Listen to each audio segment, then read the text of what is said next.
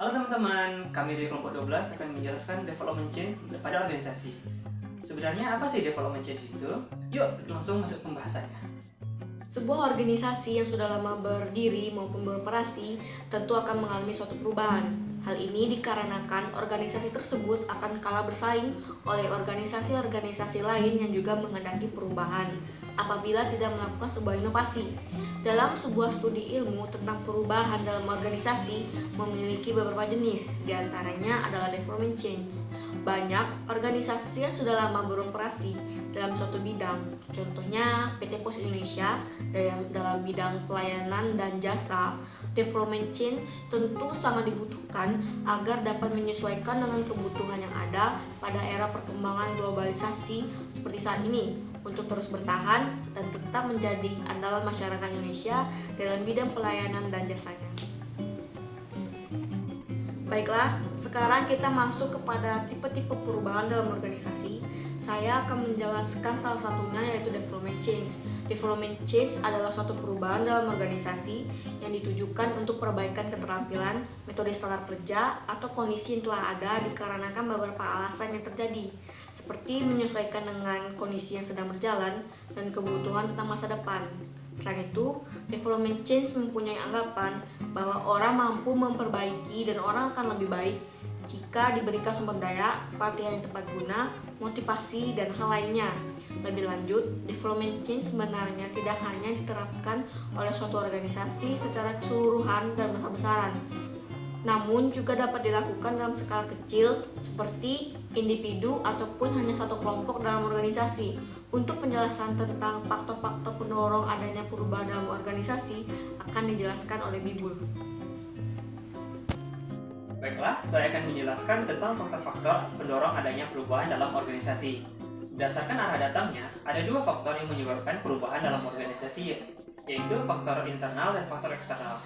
Faktor eksternal yang menyebabkan adanya perubahan adalah kepuasan kerja, pendapat karyawan, kompetensi karyawan, kualitas SDM, dan lainnya. Sedangkan faktor eksternal yang dapat mendorong adanya perubahan adalah tekanan pasar, kemajuan teknologi, perubahan lingkungan, minat atau lifestyle konsumen, kelancaran distribusi, persaingan antar kompetitor, dan lain-lain. Faktor-faktor ini nantinya sangat berguna bagi seorang manajer untuk merencanakan ataupun menciptakan strategi baru bagi perusahaan. Penjelasan selanjutnya akan dijelaskan oleh Nanda. Baiklah, selanjutnya kami akan membahas tentang perkembangan dan development change pada PT Pos Indonesia. Mengenai development change, kami memilih PT Pos Indonesia. Perlu diketahui sebelumnya bahwa PT Pos Indonesia adalah suatu badan usaha milik negara yang bergerak di bidang jasa. Hingga saat sekarang ini, PT Pos Indonesia telah memiliki 24.000 titik yang menghubungkan 100% wilayah kabupaten dan kota yang berada di seluruh Indonesia. Selain itu, PT Pos Indonesia juga memiliki 3.700 kantor pos online yang menghubungkan orang-orang secara praktis dan mudah. PT Pos Indonesia melakukan development change untuk memenuhi tuntutan zaman agar PT Pos Indonesia tidak ketinggalan dan perusahaannya ini tidak mati. Dalam melakukan development change ada 3 tahap yang dilakukan oleh perusahaan. Yang pertama adalah unfreezing, yang kedua adalah moving, dan yang ketiga adalah refreezing. PT Pos Indonesia melakukan perubahan terhadap layanannya agar dapat terus-menerus berkembang dan mengikuti selera pasar. Berikut adalah inovasi-inovasi dan perkembangan yang dilakukan oleh PT Pos Indonesia. Yang pertama, sekarang ini PT Pos Indonesia menyediakan layanan kontak center Oranger, yaitu layanan pickup gratis untuk para pelapak. Yang kedua adalah M-Agent Pos, yang merupakan aplikasi mobile untuk layanan payment, wesel gratis, dan layanan kurir. Yang ketiga adalah agen pos business to business, yang merupakan layanan kurir dan jasa keuangan.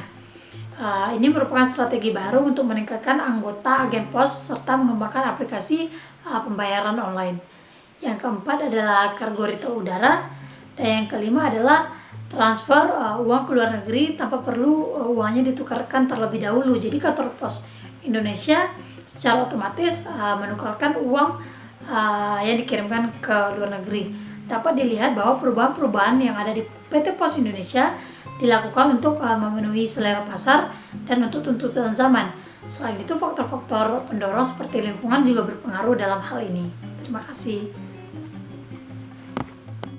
Baiklah, sekian presentasi dari kelompok kami. Terima kasih atas perhatiannya dan semoga bermanfaat. Mohon maaf apabila ada kesalahan, apabila ada pernyataan, kritik maupun saran, silakan langsung disampaikan. Terima kasih dan sampai jumpa lagi.